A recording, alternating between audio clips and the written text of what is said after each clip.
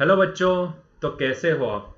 तो मैं चिंतन देसाई आप सबका बहुत बहुत स्वागत करता हूं हमारी ये फिजिक्स चैनल में।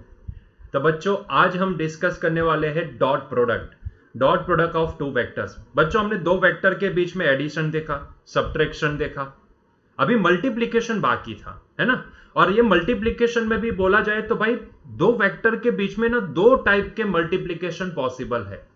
एक ऐसा मल्टीप्लिकेशन जो दो वेक्टर का मल्टीप्लिकेशन हमें स्केलर फॉर्म में आंसर दे पाए, और एक ऐसा मल्टीप्लिकेशन कि जो वेक्टर का मल्टीप्लिकेशन वेक्टर के फॉर्म में ही दे, है ना। हमारे पास दो पॉसिबिलिटी आती है ना। अगर दो वेक्टर को मैं बोलूं कि आप ऐड करो तो वेक्टर ही आएगा, दो वेक्टर को आप सब्ट्रैक्ट करो तो वेक्टर ही आएगा। लेकिन अगर मैं बोलूं कि दो वेक्टर को मल्टीप्लाई करो तो भैया यहां पे हमारे पास दो पॉसिबिलिटी निकल के आती है। अगर आप दो वेक्टर को मल्टीप्लाई करते हो तो यहां पे या तो आंसर स्केलर आ सकता है या तो आंसर वेक्टर आ सकता है। ठीक है, या तो स्केलर आ सकता है या तो वेक्टर आ सकता है, दोनों में से कोई भी एक पॉसिबल है ना। तो हम लिखते हैं, देखो पॉसिबिलिटी मैं दिखाता हूं आपको। मान लो मेरे पास एक वेक्टर है ए और एक दूसरा वेक्टर है बी। अगर मैं इन दोनों को मल्टीप्लाई करूं, ठीक है, अभी यहां पे मल्टीप्लीकेशन किस तरीके से होगा वो डिपेंड करता है, क्योंकि पॉसिबिलिटी मेरे पास दो आती है। ये कोई एडिशन सब्ट्रैक्शन तो है नहीं। एडिशन होता तो बोलता कि आंसर वेक्टर आएगा, सब्ट्रैक्शन होता तो अभी बोलता आंसर वेक्टर आएगा, लेकिन ये तो मल्टीप्लीकेशन है।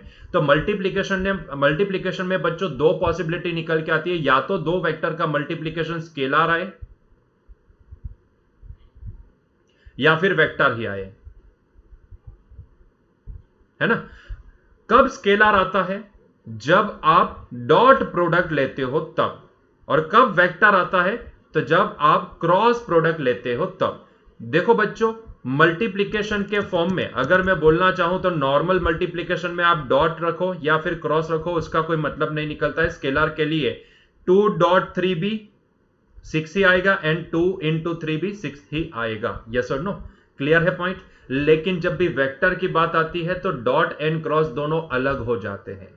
जब भी डॉट आता है तो आंसर हमें स्केलर मिलता है, एंड जब भी क्रॉस आता है तो आंसर हमें वेक्टर मिलता है। तो इसका मतलब यह होता है कि मल्टीप्लीकेशन यहां पे अलग हो जाएगा। जब भी दो वेक्टर के बीच में डॉट रखा गया हो तो कभी भी ये मत समझिएगा कि डॉट और क्रॉस दोनों सेम है। नहीं भैया, यहां पे दोनों अलग है। डॉट का मतलब होता है स्केलर आंसर, क्रॉस का मतलब होता है वेक्टर आंसर। यस और नो, तो ये आपको ध्यान में रखना है। यहां पे वेक्टर के बीच में दोनों मल्टीप्लीकेशन पॉसिबल है। मैंने पॉसिबिलिटी समझाई ना कि भाई वेक्टर का मल्टीप्लीकेशन स्केलर भी हो सकता है या फिर वेक्टर भी हो सकता है। ठीक है, अभी स्केलर तब होगा जब दोनों वेक्टर का डॉट प्रोडक्ट लिया जाएगा, एंड वेक्टर तब होगा जब दोनों वेक्टर का क्रॉस प्रोडक्ट लिया जाएगा। ठीक है, तो आज हम सिर्फ स्टडी करने वाले हैं डॉट प्रोडक्ट। क्रॉस प्रोडक्ट अभी नहीं है। क्रॉस प्रोडक्ट का इस्तेमाल हम सर्कुलर मोशन जब भी चैप्टर आएगा तब देखेंगे। ठीक है, तो अभी के लिए हम सिर्फ यहां पे डॉट प्रोडक्ट को ही देखने वाले हैं। डॉट प्रोडक्ट मतलब कि हमारा आंसर जो भी आएगा वो क्या आएगा? स्केलर आएगा। तो बच्चों, दो वेक्टर के बीच में डॉट प्रोडक्ट कैसे पॉसिबल है, मतलब कि उसका फॉर्मूला क्या है। आप जितना समझते हो ना उतना भी इजी नहीं होता है ये सारी चीजें। ठीक है, कि भाई मल्टीप्लीकेशन तो मल्टीप्लीकेशन ही होता नहीं, ऐसा नहीं है। यहां पे आपको थोड़े पॉइंट्स ध्यान में रखने हैं। अगर मैं बोलूं कि दो वेक्टर के बीच में डॉट प्रोडक्ट लेना है तो बच्चों ध्यान से सुनना, दो वेक्टर के बीच का डॉट प्रोडक्ट कुछ ये वाले फॉर्मूला से डिफाइन है। A vector dot product with B vector is nothing but equal to magnitude of A vector into magnitude of B vector into cos theta. So this is the formula to find out the dot vector between two vectors. ठीक है, ये magnitude है, ये magnitude है, magnitude of A magnitude of B. तो यहां पे इन दोनों के बीच में जो मल्टीप्लीकेशन हुआ ना वो नॉर्मल मल्टीप्लीकेशन है, स्केलर वाला मल्टीप्लीकेशन है ना। आप समझ सकते हो। अगर इसको लिखना है, ढंग से लिखना है, अच्छे से लिखना है, तो आप इसको मैग्नीट्यूड ऑफ ए को आप सिर्फ ए भी लिख सकते हो ना, और मैग्नीट्यूड ऑफ बी को सिर्फ बी भी लिख सकते हो। तो ये A into B into cos theta होगा। तो भाई दो वेक्टर के बीच में डॉट प्रोडक्ट कैसे डिफाइन है? इस तरीके से डिफाइन है। A vector dot product with B vector is nothing but equal to AB cos theta, where this A is the magnitude of vector A and B is the magnitude of vector B, and theta, what is theta? हाँ, यहां पे ये सारी चीजें भी लिखते हैं। where A is equals to, यहां पे लिखेंगे, सारी चीजें लिखेंगे। Where A is equals to, आप समझ सकते हो, magnitude of vector A. Similarly, b is the magnitude of vector b.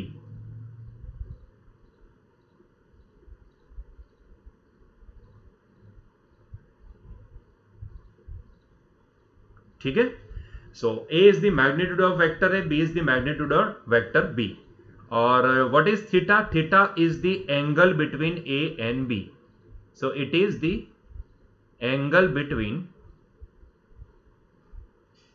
ध्यान से सुनना, angle between vector A and vector B. मतलब कि ये जो दो वेक्टर होंगे उन दोनों के बीच का एंगल होगा थीटा. क्लियर है? क्लियर है? समझ में आ रही है बात? ठीक है. जैसे कि मैं एक एग्जांपल लेता हूं, एग्जांपल लेके समझाता हूं. मान लो कि मैंने एक एग्जांपल लिया, ध्यान से देखिएगा, मैंने एक एग्जांपल लिया. मान लो कि मेरे पास एक वेक्टर ए है जो मैंने लिखा है 2i कैप, और मेरे पास दूसरा वेक्टर बी है जिसको मैंने लिखा है 3j cap, sorry 3i cap लेते हैं, उसके बाद j कैप भी लेंगे. ठीक है. सो 3i कैप है. मैंने पूछा कि भाई ये ए वेक्टर एंड बी वेक्टर के बीच का एंगल क्या होगा. अरे वो छोड़ो, मुझे डॉट प्रोडक्ट करके दो इसका. What should be the dot product of vector A and vector B. तो पहले तो इसका मैग्नीट्यूड निकाल लेते हैं, क्योंकि हमारा जो फॉर्मूला है उसमें मैग्नीट्यूड की जरूरत पड़ने वाली है. तो what is the magnitude of vector ए, जिसको मैं सिर्फ ए लिखूंगा. आप चाहे ए लिखो या फिर ये नोटेशन यूज करो मैग्नीट्यूड दिखाने का, तो भाई दोनों नोटेशन है ना, ये दोनों नोटेशन आप यूज कर सकते हो. चाहे आप मॉड में ए वेक्टर लिखो या सिर्फ ए लिखो, है ना. इसको फिर बोल्ड मत करना, अगर बोल्ड करोगे तो फिर वो वेक्टर कहलाएगा. सर कितना कंफ्यूजन होता है भाई. ऐसा ही होता है, ऐसा ही होता है, इसके नोटेशन ही ऐसे. अगर आप सिर्फ ए लिखते हो उसको बोल्ड कर देते हो तो भैया वो वेक्टर ए कहलाता है ना. सिर्फ हल्का सा ए लिखो तो वो कहलाएगा स्केलर. ठीक है, मतलब कि वो कहलाएगा मैग्नीट्यूड. तो मैग्नीट्यूड का फॉर्मूला क्या है? मैग्नीट्यूड का फॉर्मूला आपको पता है बच्चों, अंडर रूट में x कंपोनेंट का स्क्वायर प्लस y कंपोनेंट का स्क्वायर. y कंपोनेंट तो 0 है तो ये हो जाएगा 0 का स्क्वायर. 2 का स्क्वायर होता है 4, और 4 का अंडर रूट निकल के आएगा वापिस 2. सिमिलरली यहां पे मैग्नीट्यूड ऑफ b क्या लिख सकते हैं? Magnitude of b, magnitude of b क्या लिख सकते हैं बताओ मुझे. तो it is nothing but under root में x कंपोनेंट का स्क्वायर प्लस y कंपोनेंट का स्क्वायर. y कंपोनेंट 0 है इसलिए हमने 0 लिखा. 3 का स्क्वायर 9, 9 अंडर रूट 9 क्या होता है? 3 ही होता है. तो इसका भी मैग्नीट्यूड निकल के आएगा 3. ठीक है, चलिए, तो हमने मैग्नीट्यूड निकाल लिया. Now what is the angle between this two vector. जरा सोचो, ये वेक्टर कौन सी डायरेक्शन में? Positive x. ये वेक्टर पॉजिटिव x, दोनों पॉजिटिव x डायरेक्शन में. तो इसका मतलब क्या होता है? इसका मतलब ये होता है कि दोनों के बीच का एंगल क्या है? 0 है. Very good. इसके इन दोनों के बीच का एंगल क्या बनेगा? 0. So here theta is equals to 0. Clear हुआ ये point? Theta is equals to 0, है ना. Theta is equals to 0 degree. तो लगाओ इन दोनों के बीच का डॉट प्रोडक्ट निकालते. लगाओ वो formula, a vector dot product with B vector, that is equals to होगा क्या? Magnitude of A into magnitude of B into cos theta. This is the formula, है ना. This is the formula. So cos theta. Now what is magnitude of A? That is 2. What is magnitude of B? That is 3. What is cos theta? Theta is 0. मतलब कि cos 0 कितना होता है? 1 होता है. cos 0 1 होता है. 3 2 6 हो जाएगा. तो भाई आंसर क्या निकलेगा? 6.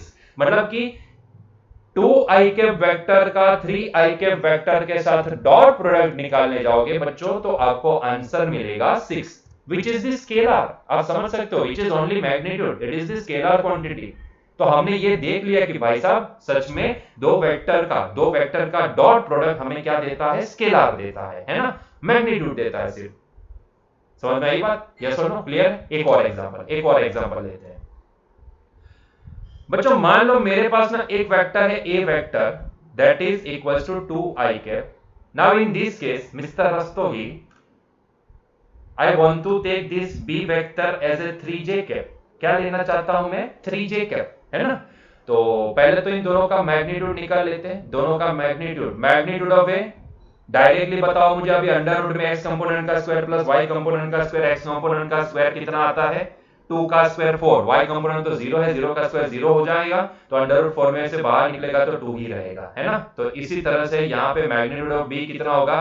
तो यहाँ पे x कंपोनेंट 0 है तो अंडर रूट में 0 का स्क्वायर प्लस 3 का स्क्वायर वो होता है 9. अंडर रूट 9 हो जाएगा वापस 3, है ना. चलिए, तो अच्छा एक और चीज, यहाँ पे थीटा कितना है बच्चों, बताओ मुझे, थीटा क्या होगा, थीटा थीटा थीटा ये x कंपोनेंट है, इसके पास सिर्फ x कंपोनेंट, तो ये सिर्फ x डायरेक्शन में है और ये सिर्फ y डायरेक्शन में है। एक कंपोनेंट है जो x डायरेक्शन में, दूसरा कंपोनेंट, दूसरा वेक्टर है जो सिर्फ y डायरेक्शन वाला वेक्टर है। एक x डायरेक्शन वाला वेक्टर, एक y डायरेक्शन वाला वेक्टर। बताओ मुझे कि इन दोनों के बीच का एंगल कितना है। एंगल है 90 डिग्री, है ना।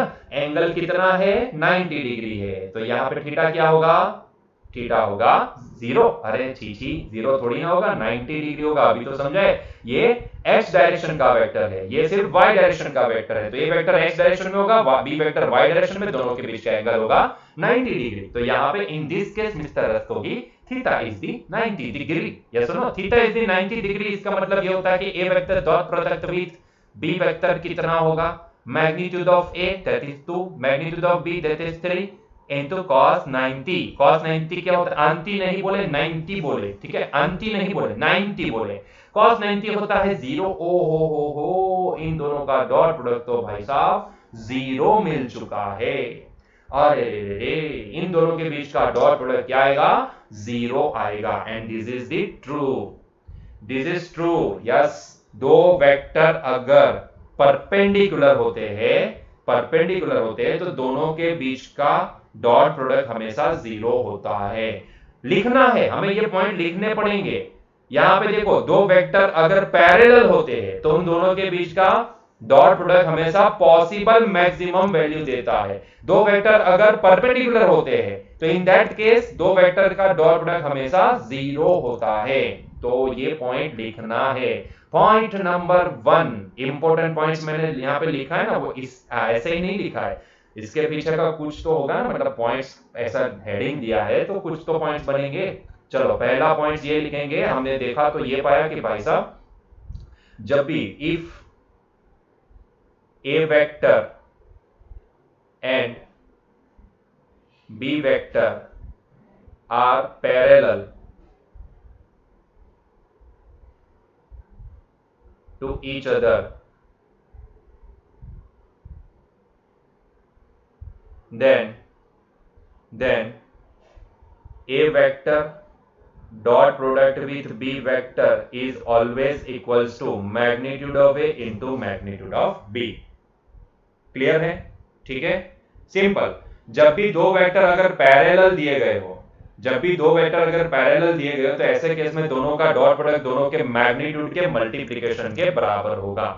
तो एंटी पैरेलल दिए गए हो तो, एंटी पैरेलल दिए गए हो तो इफ, वो पॉइंट भी लिखते हैं, A vector and B vector are anti parallel, anti-parallel to each other,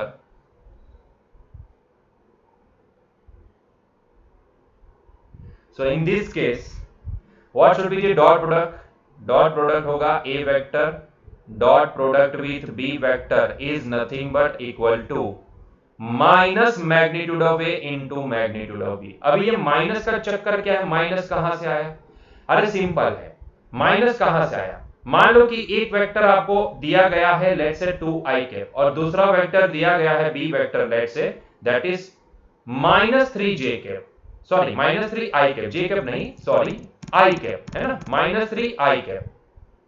तब खुद ही समझ सकते हो, यहां पे खुद ही समझ सकते हो भाई, इन दोनों का मल्टीप्लिकेशन, अरे इसका मैग्नीट्यूड कितना 2, इसका मैग्नीट्यूड कितना, मैग्नीट्यूड तो 3 आएगा। मैग्नीट्यूड तो अंडर रूट के बाहर निकलते आता है तो वो तो पॉजिटिव आता है, लेकिन भाई साहब ये नेगेटिव एक्स एक्सिस की डायरेक्शन में, ये पॉजिटिव एक्स एक्सिस की डायरेक्शन में, तो आप समझ सकते हो वेक्टर है ये डायरेक्शन में तो वेक्टर भी ये डायरेक्शन में। तो इसका मतलब ये होता है कि दोनों के बीच का एंगल कितना बनेगा, 180। एंगल 180 तो cos 180 क्या होता है, दोनों के बीच का एंगल ऐसे केस में क्या बनेगा, थीटा इज इक्वल टू 180। तो इन दोनों के बीच का एंगल 180, इसकी वजह से आंसर क्या आएगा, 2 into 3 into cos 180 -1 होता है, इसलिए आंसर आएगा -6। समझ में आया, समझ में आया, यस और नो। तो कभी ये मत बोलिएगा कि सर ये बी वेक्टर का वैल्यू -3 है इसकी वजह से माइनस आया, नहीं, इन दोनों के बीच का एंगल 180 है ना, इसकी वजह से ये माइनस आया। एंटी पैरेलल जिसको बोला जाता है, जब भी दोनों के बीच का एंगल 0 है तो पैरेलल बोला जाता है। जब भी दोनों के बीच का एंगल 180 होता है तो उनको एंटी पैरेलल बोला जाता है, और जब भी वो दोनों एंटी पैरेलल हो गए तब ऐसे केस में इन दोनों का डॉट प्रोडक्ट दोनों के मैग्नीट्यूड के मल्टीप्लीकेशन के नेगेटिव वैल्यू के बराबर होगा। ठीक है, ये सारे सीधे पॉइंट्स हैं जो आपको याद रखने हैं। ठीक है, सीधे पॉइंट है जो आपको याद रखने हैं। क्लियर? चलिए, तो नंबर 3, तो अभी परपेंडिकुलर देखो, पैरेलल का हो गया, एंटी पैरेलल का हो गया, अभी परपेंडिकुलर भी देख लेते हैं। So if A vector and B vector are perpendicular to each other,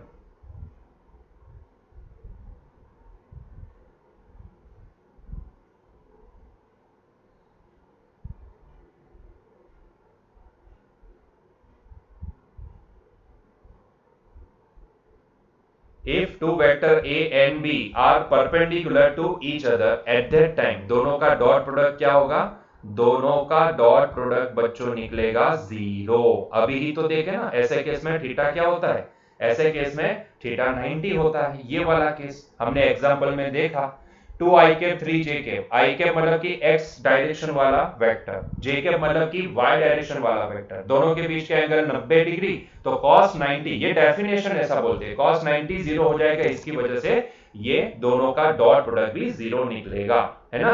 तो यहाँ पे हम लिखते हैं भाई, पैरेलल का मतलब होता है, पैरेलल जब भी होगा तब थीटा कितना, whenever they both are parallel at that time theta कितना होगा? 0 डिग्री।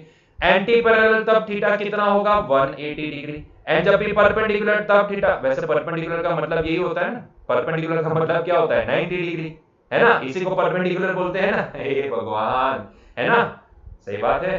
चलो, बहुत ही बढ़िया। ठीक है, तो भाई ये 3 पॉइंट्स है ना, मुझे इतना समझ में आता है, ध्यान से सुनिएगा, 3 पॉइंट से मुझे इतना समझ में आता है, जो मैं पॉइंट यहां पे लिखने वाला हूं, नंबर 4, 3 पॉइंट से मुझे ये समझ में आता है कि भाई साहब, अगर आप आई कैप का डॉट प्रोडक्ट आई कैप के साथ लेते हो तो उसका आंसर आएगा 1। अगर आप जे कैप का डॉट प्रोडक्ट जे कैप के साथ लेते हो तो भी आंसर आएगा 1। अगर आप के कैप का डॉट प्रोडक्ट के कैप के साथ लेते हो तो भी आंसर आएगा 1, है ना। नहीं समझ में आया? अरे हमें पता है, हमें पता है, नहीं समझ में आया, अरे नहीं समझ में आया, मुझे पता है। अरे भाई साहब, चलो चलो चलो, पॉइंट लगाओ, पहला वाला पॉइंट लगाओ, पहला वाला पॉइंट लगाना, पहला वाला point, I cap dot product with I cap. I cap मतलब कि एक्स डायरेक्शन का वेक्टर, ये आई कैप मतलब कि वो भी एक्स डायरेक्शन का वेक्टर, दोनों एक्स डायरेक्शन मतलब कि दोनों पैरेलल, और जब भी पैरेलल होते हैं तब उनका डॉट प्रोडक्ट क्या होता है? दोनों के मैग्नीट्यूड के मल्टीप्लीकेशन के बराबर। अरे भाई साहब, इसका मैग्नीट्यूड कितना? 1, यूनिट वेक्टर है भाई। ऐसा क्यों करते हो भाई? आपको पता है यूनिट वेक्टर है, तो यूनिट वेक्टर का मतलब क्या होता है? जिसका मैग्नीट्यूड यूनिटी हो, है ना। तो इसका भी मैग्नीट्यूड कितना? 1, 1 इंटू 1 कितना? 11, 11। एक चमाट लगाऊं क्या? अरे भाई साहब, 1 इंटू 1 1 होता है भाई साहब, कहां से 11 लेके आए? कहां पढ़े ऐसा चीज? हे भगवान, हे भगवान। I cap dot product with I cap, दोनों सेम डायरेक्शन के, मतलब कि दोनों पैरेलल, दोनों पैरेलल को उनका डॉट प्रोडक्ट क्या होता है? दोनों के मैग्नीट्यूड के मल्टीप्लीकेशन के बराबर, और इसका मैग्नीट्यूड क्या? 1, इसका भी क्या? 1, यूनिटी वेक्टर है इसलिए, है ना। तो 1 इंटू 1 कितना आएगा? आंसर 1 आएगा। ठीक है, उसी तरीके से जे कैप डॉट जे कैप क्या होता है? दोनों सेम डायरेक्शन के, मतलब दोनों पैरेलल, दोनों पैरेलल मतलब कि दोनों का डॉट प्रोडक्ट क्या होना चाहिए? दोनों के मैग्नीट्यूड के मल्टीप्लीकेशन के बराबर। इसका भी मैग्नीट्यूड 1, इसका भी 1, 1 इंटू 1 हो जाएगा 1। सिमिलरली के डॉट के भी क्या होता है? 1 होता है। क्लियर हुआ पॉइंट? ठीक है, तो ये हुआ हमारे लिए नंबर 4। नंबर 5, उसी तरीके से ध्यान से देखिएगा, I cap dot product with J cap, उसी तरीके से मैं बोलूं J cap dot product with K cap, उसी तरीके से मैं बोलूं भाई K cap dot product with I cap, उसी तरीके से मुझे बोलना है, जो भी उल्टा बोलना है तो उल्टा भी बोल सकते हो, J cap dot product with I cap, उसी तरीके से उल्टा देखो K cap dot product with J cap, उसी तरीके से उल्टा देखो तो I cap dot product with K cap. तो ये सारे डॉट प्रोडक्ट क्या आएंगे बच्चों? 0 आएंगे। ये सारे डॉट प्रोडक्ट क्या आएंगे? 0 आएंगे। कैसे 0 आए? बहुत ही इंपॉर्टेंट, कैसे 0 आए? अरे भाई साहब, ये आई और जे दोनों क्या होंगे? परपेंडिकुलर, है ना, परपेंडिकुलर होंगे। ये जे एंड के दोनों क्या होंगे? परपेंडिकुलर।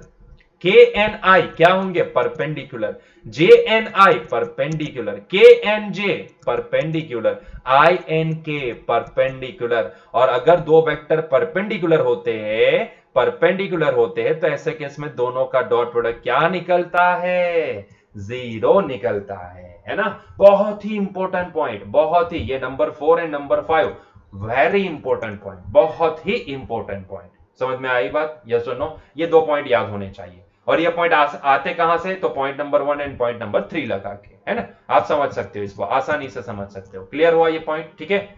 तो अभी इसका इस्तेमाल कहां करेंगे, ये भी तो क्वेश्चन है ना। इसका इस्तेमाल कहां करेंगे बच्चों, इसका इस्तेमाल वहां करेंगे जहां पे आपको दो वेक्टर के बीच का एंगल पता लगाना थोड़ा डिफिकल्ट हो, वहां पे हम इसको इस्तेमाल करेंगे। जैसे कि एक एग्जांपल लेते हैं, ध्यान से सुनिएगा। जैसे कि मैं एक एग्जांपल लेता हूं, मान लो मेरे पास ना एक वेक्टर है, let's say a vector dot product with B vector, sorry dot product directly क्यों लिखूं मैं, पहले वेक्टर ए क्या है वो लिखता हूं। मान लो कि मेरे पास एक वेक्टर ए है 2i cap plus 3j cap, ठीक है। एंड मान लो मेरे पास दूसरा एक वेक्टर बी वेक्टर है, मान लो that is 2i cap plus 2j cap, ठीक है। क्लियर। चलो अभी मुझे क्या पूछा, मुझे ये पूछा कि भाई मुझे इन दोनों का डॉट प्रोडक्ट लेना है, ठीक है, मुझे इन दोनों का डॉट प्रोडक्ट निकालना है। तो भाई साहब A vector dot product with B vector क्या आएगा, तो भाई साहब यहां पे ए vector dot product with B vector is nothing but equal to magnitude of A into magnitude of B into cos theta. लेकिन जरा रुको, क्या आपको इसका एंगल पता है, क्या इन दोनों के बीच का एंगल क्या होगा, क्या आपको ये पता है? क्या आप आसानी से निकाल पाओगे इसका एंगल? नहीं निकाल पाओगे। तो ऐसे केस में हमें ये रूल काम लगेगा, कौन सा वाला, ये रूल काम लगेंगे, ये दोनों रूल हमें काम लगेंगे। तो ऐसे केस में क्या होता है कि rather than using this formula just directly apply the normal multiplication. मतलब सर, मतलब कि आप इसका सीधा जिस तरीके से आप मल्टीप्लीकेशन करते हो ना, उस तरीके से मल्टीप्लीकेशन कर लो। है सर ऐसा? हाँ ऐसा मैं बोलता हूं वो करो ना। 2i cap plus 3j cap dot product with 2i cap plus 2j cap. हम क्या करेंगे, इन दोनों का सीधा डॉट प्रोडक्ट ले लेंगे, जैसे मल्टीप्लीकेशन करते हैं ना भाई, पहले इसका मल्टीप्लीकेशन इसके साथ, फिर इसका इसके साथ, फिर इसका इसके साथ एंड फिर इसका इसके साथ। इस तरीके से हम मल्टीप्लीकेशन करते हैं ना, बस उसी तरीके से आप मल्टीप्लीकेशन करो करो करो, मल्टीप्लीकेशन तो करो, अपने आप सारी चीजें सेट हो जाएगी। यहाँ पे कोई एंगल वेंगल निकालने की जरूरत नहीं है, वो वाला फॉर्मूला यूज करने की जरूरत नहीं, डायरेक्टली आप यहाँ पे मल्टीप्लीकेशन कर सकते हो, ठीक है। कैसे, तो भाई पहले तो 2i कैप का 2i कैप के साथ मल्टीप्लीकेशन करो, ठीक है। तो यहाँ पे क्या है कि मैग्नीट्यूड तो दोनों एक दूसरे के साथ मल्टीप्लाई हो जाएंगे, जो डॉट प्रोडक्ट बनेगा ना वो सिर्फ i और i के बीच आएगा, ठीक है। मतलब कि 2 इंटू 2, इसको मैं लिखूंगा 2 इंटू 2, मैग्नीट्यूड तो डायरेक्टली मल्टीप्लाई हो जाएंगे, सिर्फ ये डॉट प्रोडक्ट किसको लगेगा, आई को लगेगा, है ना। आई कैप डॉट प्रोडक्ट, ये आई cap dot product with I cap, तो डॉट प्रोडक्ट सिर्फ लगेगा ये यूनिट वेक्टर को, यस और नो, बाकी ये दोनों तो डायरेक्ट मल्टीप्लाई हो जाएंगे। क्लियर है। उसी तरीके से अभी 2i कैप का 2j कैप के साथ इसके साथ मल्टीप्लीकेशन, है ना, तो ये क्या होगा प्लस 2 इंटू 2, ये दोनों तो डायरेक्टली मल्टीप्लाई हो जाएंगे, बचा सिर्फ I cap dot product with J cap, तो डॉट प्रोडक्ट किसको लगेगा, I cap dot product with J cap को। क्लियर हुआ। प्लस, ध्यान से देखो, प्लस अभी इसका मल्टीप्लीकेशन इसके साथ, सो इसको मैं लिखूंगा 3 इंटू 2, तो डायरेक्टली मल्टीप्लाई हो जाएंगे, बचा ये J cap dot product with I cap. उसी तरीके से अभी 3j कैप का 2j कैप के साथ मल्टीप्लीकेशन, तो भैया मैग्नीट्यूड तो डायरेक्टली मल्टीप्लाई होगा 3 इंटू 2, बचे डॉट प्रोडक्ट किसके बीच में लगेगा, तो J cap dot product with J cap. अभी हमें पता है आई कैप डॉट आई कैप क्या होता है, 1 होता है। अरे भैया रिजल्ट में देखे ना, आई कैप डॉट आई कैप क्या होता है, 1 होता है। 2 2 जा कितना हो गया 4, तो ये हो गया पूरा 1, है ना। तो I cap dot I cap हो गया 1, तो ये हो जाएगा 4 1, 4 इंटू 1, 41 मत बोलिए, ये 4 इंटू 1 है। ये क्या होगा, तो 2 2 जा 4, आई कैप डॉट जे कैप क्या होता है, तो भैया 0 होता है, अभी देख के गए। अरे भैया रिजल्ट देखो ना, आई कैप डॉट आई कैप 1 होता है and I cap dot J cap क्या होता है, 0 होता है। हमने देखा ना, अभी तो रिजल्ट दिखा भाई साहब, ऐसा मत करो, अभी रिजल्ट देखा, ठीक है, तो ये 0 हो गया। सिमिलरली यहाँ पे 3 2 जा 6 होगा, जे कैप डॉट आई कैप भी क्या होगा, 0 होगा, प्लस 3 2 जा 6, जे कैप डॉट जे कैप क्या होता है भैया, 1 होता है। तो भाई साहब ये तो 0 हो गए, ये भी 0, ये भी 0, दोनों 0, बचे क्या 4 इंटू 1 4 एंड 6 इंटू 1 6, तो ये हो जाएगा 4 प्लस 6, तो आंसर निकलेगा 10। तो इन दोनों का डॉट प्रोडक्ट क्या आएगा भाई साहब, इन दोनों का डॉट प्रोडक्ट आएगा 10, that is the answer. Clear है? क्लियर है? तो कितना आसान है ये, मतलब कि दोनों के बीच का एंगल निकालने की जरूरत भी नहीं है, सीधा इसका एज इट इज जिस फॉर्मेट में मल्टीप्लीकेशन करते हो ना, बस उसका multiplication as it is format में कर दो, बात खत्म। और इसको और आसान कर देता हूं, आपको क्या करना है कि आपने देखा कि भाई ये वाली टर्म तो जीरो हो गई, कौन सी टर्म बची?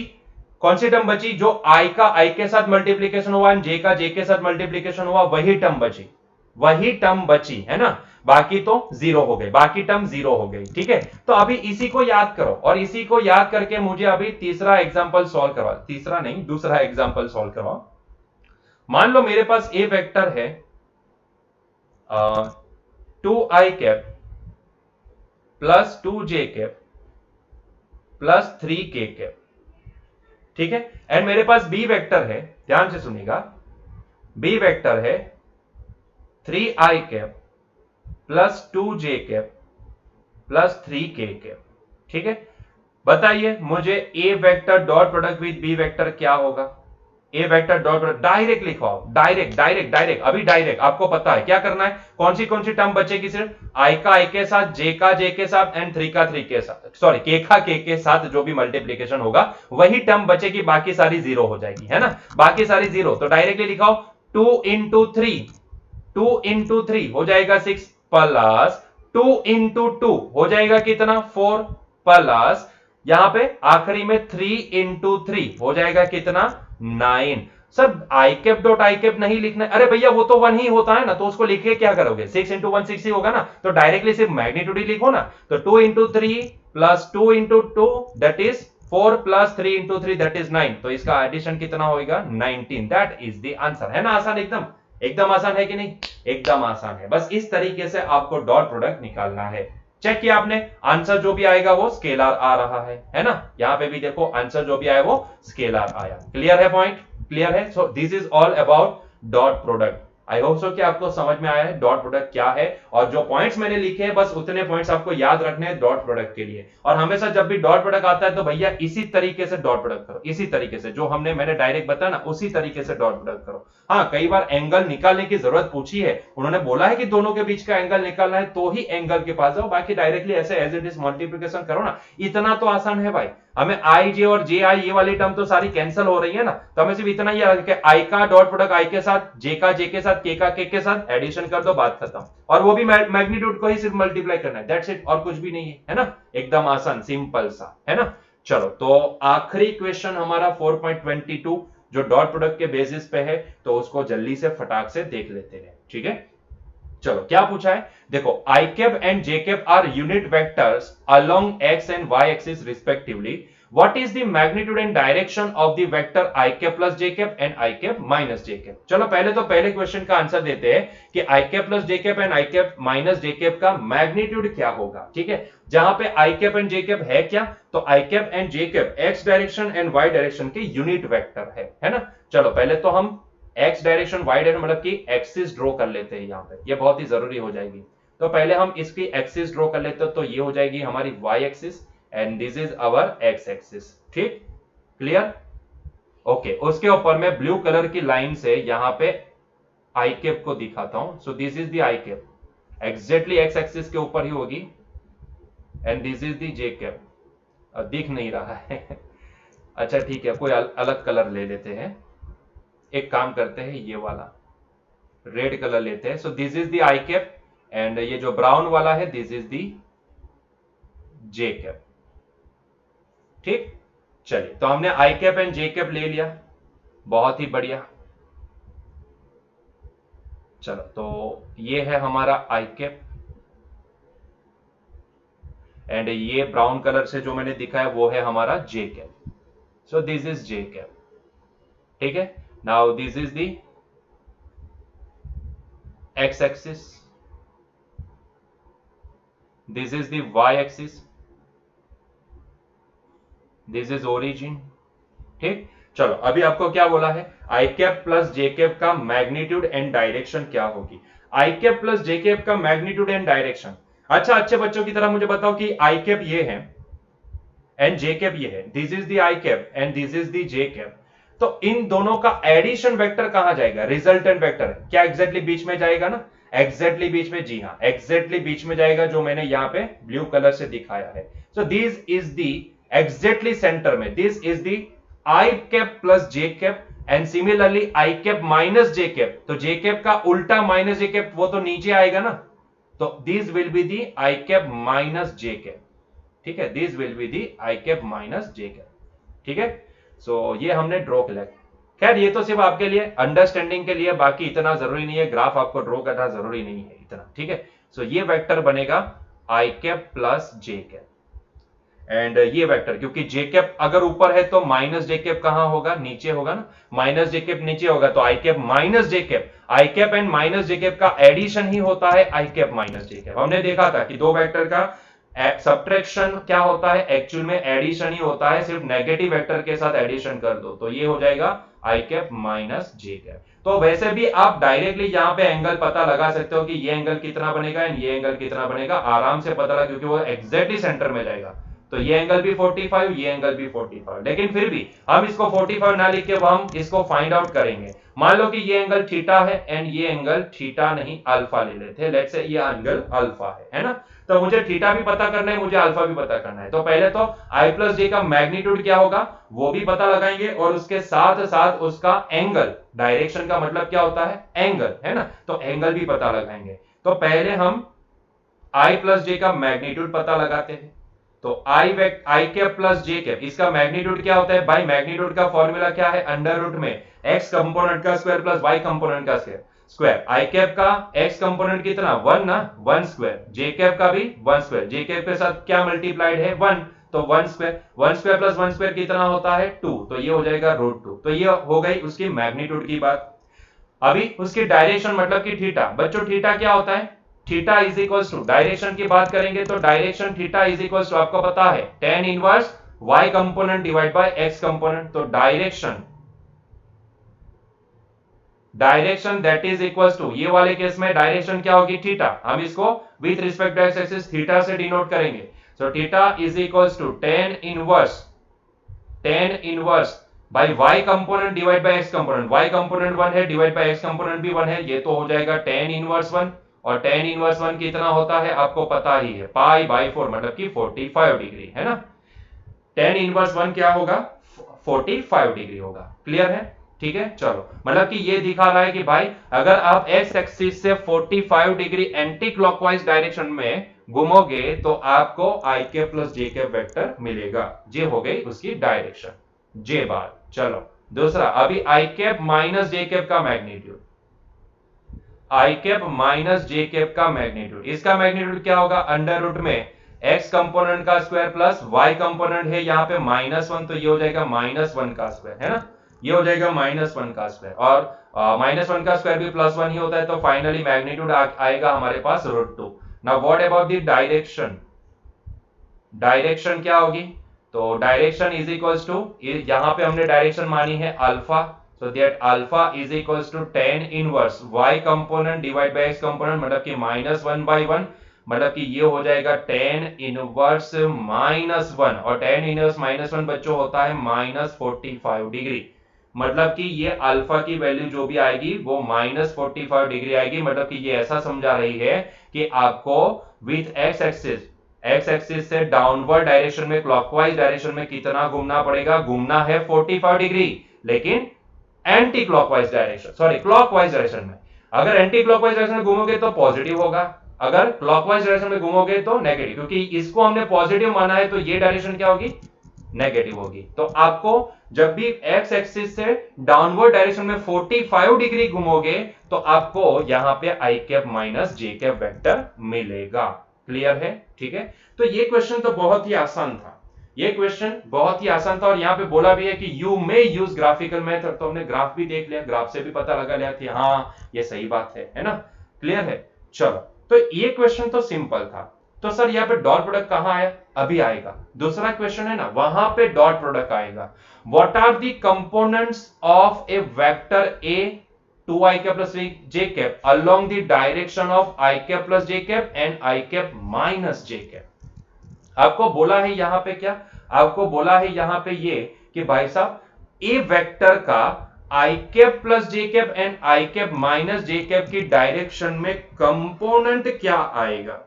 ठीक है, ये कंपोनेंट आपको निकालने को बोला गया है, ये कंपोनेंट आपको निकालने को बोला गया है। ठीक है, तो वो कैसे निकालेंगे, वो कैसे पता लगाएंगे, तो उसका भी हमारे पास सॉल्यूशन है।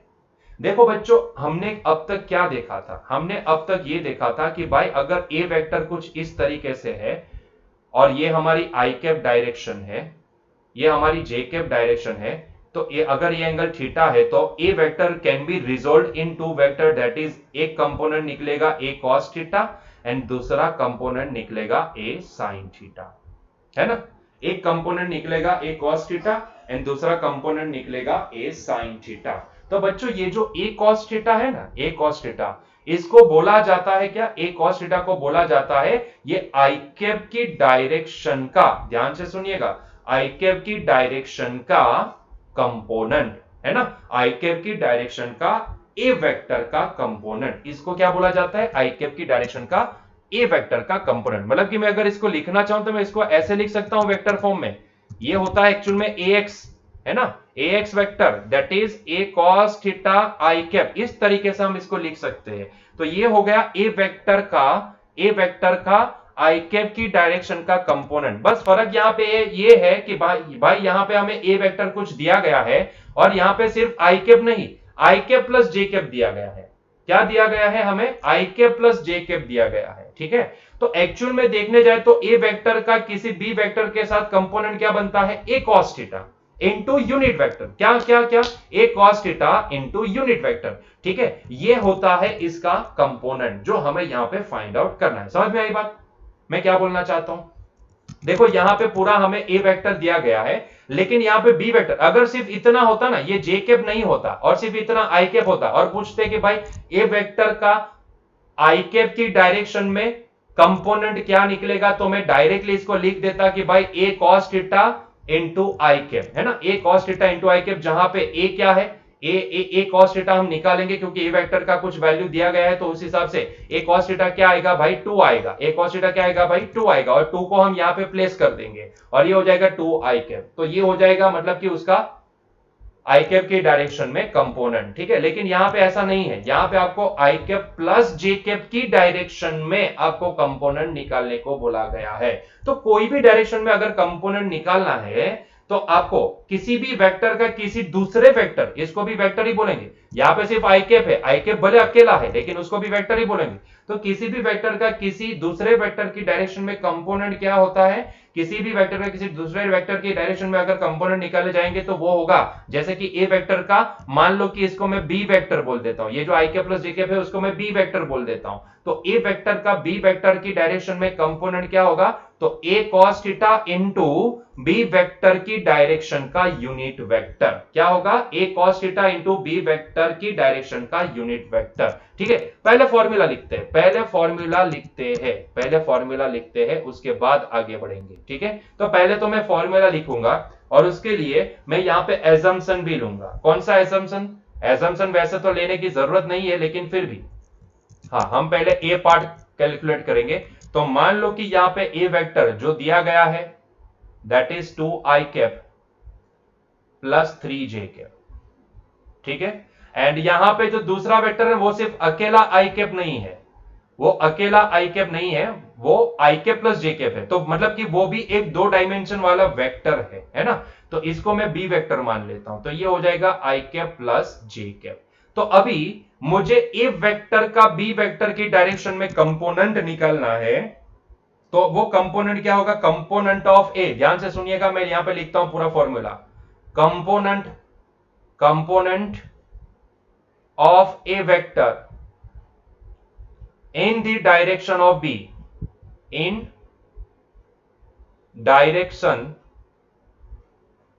of B vector is given by, ध्यान से सुनिएगा, is given by, ध्यान से सुनिएगा, मैं क्या लिखूंगा, मैं यहां पे लिखूंगा, ध्यान से पूरा ध्यान यहीं पे होना चाहिए, मैं इसको लिखूंगा a cos थीटा इंटू हम क्या लिखे थे, जब वहां पे बी वेक्टर सिर्फ आई कैप था और ए वेक्टर कुछ था, तो ऐसे केस में इसका कंपोनेंट क्या लिखे थे, ए कॉस थीटा आई कैप लिखे थे, है ना, ए कॉस थीटा इंटू आई कैप, जो आई कैप क्या है, बी वेक्टर की डायरेक्शन का यूनिट वेक्टर है, क्या है, यूनिट वेक्टर है ना। तो यहां पे भी हम ऐसा ही लिखेंगे, it is nothing but A cos theta into, ध्यान से सुनिएगा, A cos theta into unit vector in the direction of B vector, unit vector in direction of B, ये पूरा बहुत लंबा हो जाएगा, unit vector in the direction of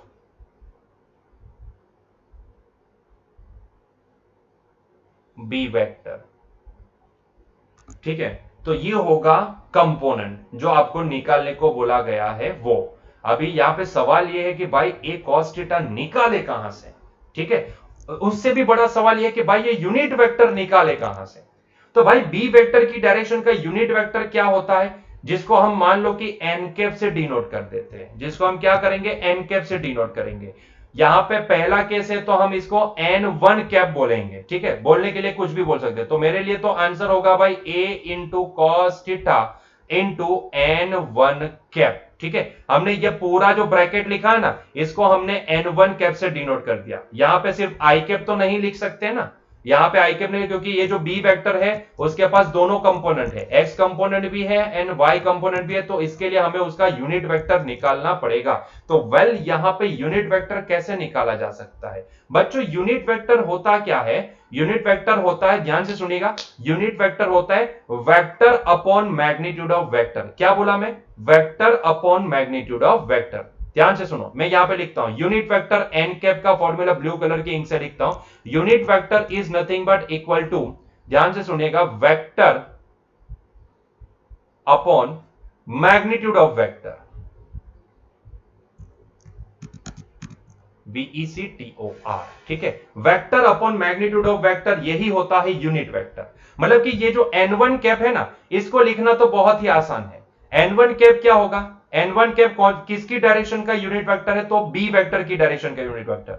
और इसका मतलब ये होता है कि मैं इसको क्या लिखूंगा, b vector upon magnitude of B vector, ये हो जाएगा n1 कैप। सिंपल है ना, यही तो फॉर्मूला है, vector upon magnitude of vector. और ये आप ट्राई भी कर सकते हो, है, मैं आई कैप लिखना चाहता हूं तो आई कैप क्या होता है, वेक्टर अपॉन यूनिट वेक्टर, इसका मैग्नीट्यूड कितना होता है, 1, तो आई कैप अपॉन 1 क्या होता है, आई कैप होता है ना, आई कैप होता है। समझ में आई बात। तो इसी तरीके से आप किसी भी वेक्टर की डायरेक्शन का यूनिट वेक्टर निकाल सकते हो, और ये फॉर्मूला है। मुझे पूछा कि ए वेक्टर का component of a in the direction of b क्या होगी, component of a in the direction of b is a cos theta into unit vector in the direction of B vector. मतलब कि इसको हमने short में लिखा n1 cap, और वो n1 कैप क्या लिख सकते हैं, किसकी डायरेक्शन का, बी वेक्टर की डायरेक्शन का, तो हम इसको लिखेंगे b vector upon magnitude of B vector. अभी सवाल ये है कि बी वेक्टर तो हमें पता है आई कैप प्लस जे कैप, और उसका मैग्नीट्यूड भी क्या है, तो भाई अंडर रूट में 2, I cap plus J cap का मैग्नीट्यूड क्या निकाले थे, ये under root 2।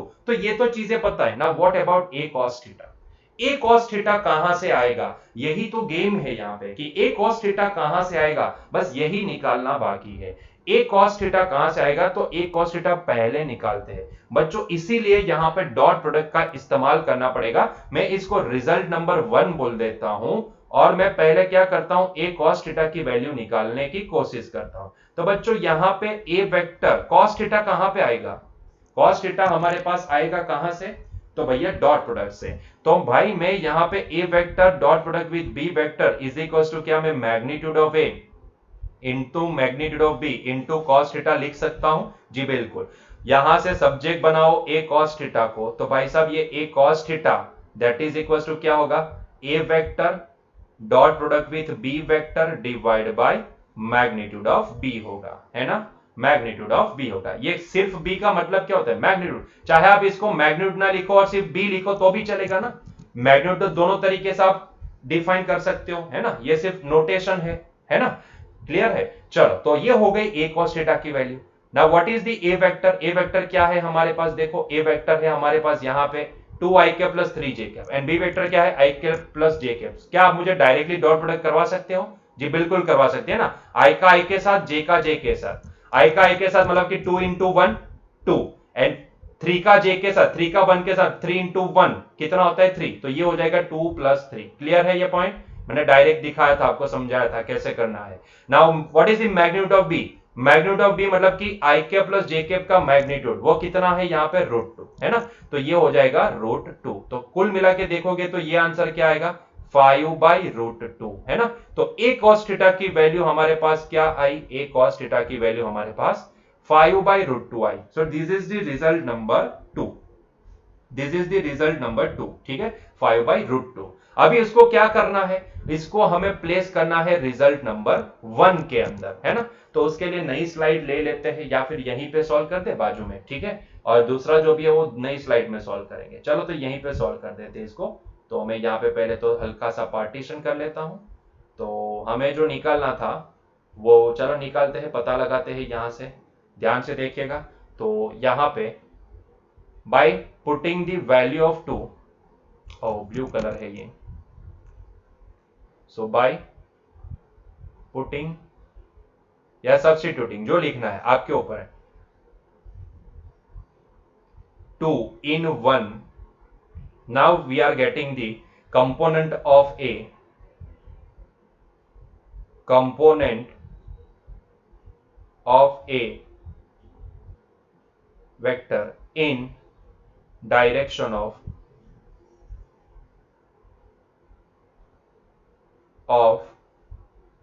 b vector is nothing but equal to, क्योंकि हमारे पास a cos थीटा की अभी वैल्यू है, पूरी वैल्यू है, तो उसको प्लेस कर दो 5/√2, ठीक है, इनटू ये सारा मल्टीप्लीकेशन, अभी यहां पर डॉट प्रोडक्ट नहीं आएगा, सीधा मल्टीप्लीकेशन है, into B vector, B vector क्या है आई cap plus J cap divide by magnitude of B, magnitude of B मतलब कि ये √2 I cap plus J cap का मैग्नीट्यूड है ना, वो कितना हो जाएगा √2।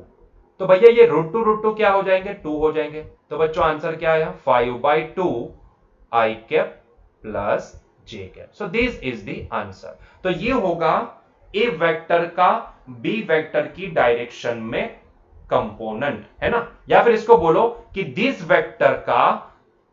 वेक्टर की डायरेक्शन का कंपोनेंट। क्लियर है, क्लियर हुआ ये पॉइंट, क्लियर है ना, ठीक है। चलो तो दूसरा, अभी यही वेक्टर का, अभी आप खुद से ट्राई करो, यही वेक्टर का ये वेक्टर की डायरेक्शन में कंपोनेंट क्या आएगा, तो मतलब कि ये जो I cap minus J cap है इसको मैं बी वेक्टर अज्यूम कर लेता हूं, ठीक है, तो इसको मैं बी वेक्टर अज्यूम कर लेता हूं। तो मेरे पास ए वेक्टर क्या है 2 I cap plus 3 J cap, so A vector है 2 I cap plus 3 J cap, ठीक।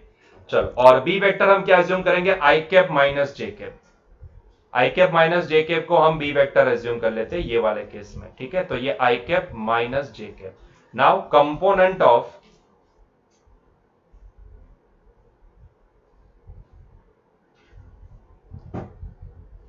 ए vector in the direction of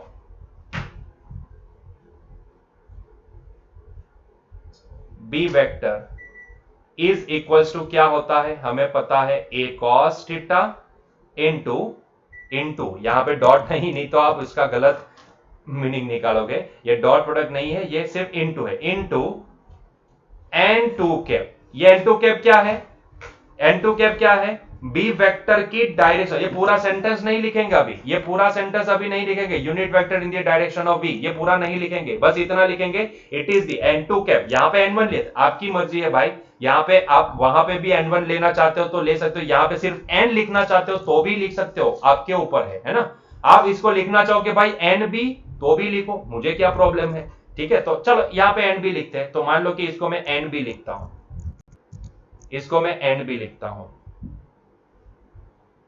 ठीक है, एनबी कैप।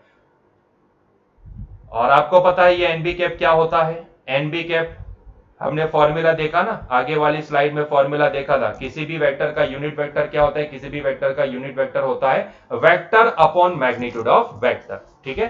तो यहां पे भी हम यही लिखेंगे वेक्टर मतलब कि b vector upon magnitude of vector मतलब कि मैग्नीट्यूड ऑफ बी। क्लियर? तो इसको हम रिजल्ट नंबर 1 बोल देते हैं। और वापस वही कहानी, ए कॉस थीटा की वैल्यू फाइंड आउट करने की कोशिश करते हैं पहले तो ए कॉस थीटा की वैल्यू फाइंड आउट करने के लिए हम क्या करेंगे, डॉट प्रोडक्ट का इस्तेमाल करेंगे। तो यहाँ पे ए vector dot product with B vector, इसीलिए मुझे डॉट प्रोडक्ट स्टडी करवाना पड़ा। बस इतना ही इंटेंशन था मेरा कि भाई कहीं से हम a vector dot product with B vector का फॉर्मूला यूज करके ए कॉस थीटा की वैल्यू निकाल पाए। ठीक है, तो ये हो जाएगा magnitude of A into magnitude of B into cos theta. यहां से ए कॉस थीटा को सब्जेक्ट बना दो, तो ए cos theta is equal to क्या हो जाएगा, a vector dot product with B vector divide by magnitude of b, है ना। चलो a vector dot product with B vector directly लिखा हो मुझे, आई का आई के साथ मल्टीप्लीकेशन प्लस जे का जे के साथ मल्टीप्लीकेशन। ठीक है, तो 2 का मल्टीप्लीकेशन 1 के साथ होता है 2, प्लस 3 का मल्टीप्लीकेशन -1 के साथ होगा -3, तो ये तो हो जाएगा 2 - 3 divide by magnitude of b, i cap minus J cap का मैग्नीट्यूड कितना निकला था, √2 निकला था। ठीक है, तो उसकी वैल्यू यहीं पे प्लेस कर दो, so it is √2।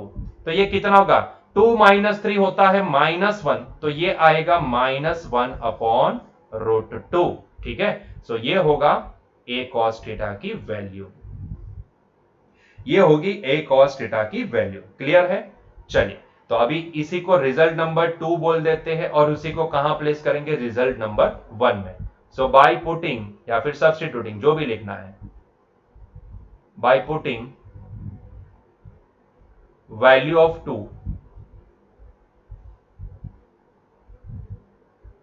in one component of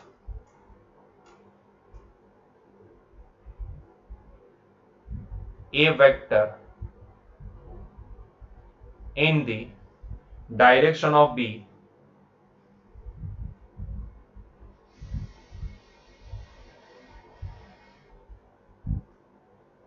is equals to, formula है a cos theta into b vector divide by magnitude of b, है ना। चलो, तो a cos थीटा की वैल्यू तो हमारे पास -1 अपॉन √2 आई।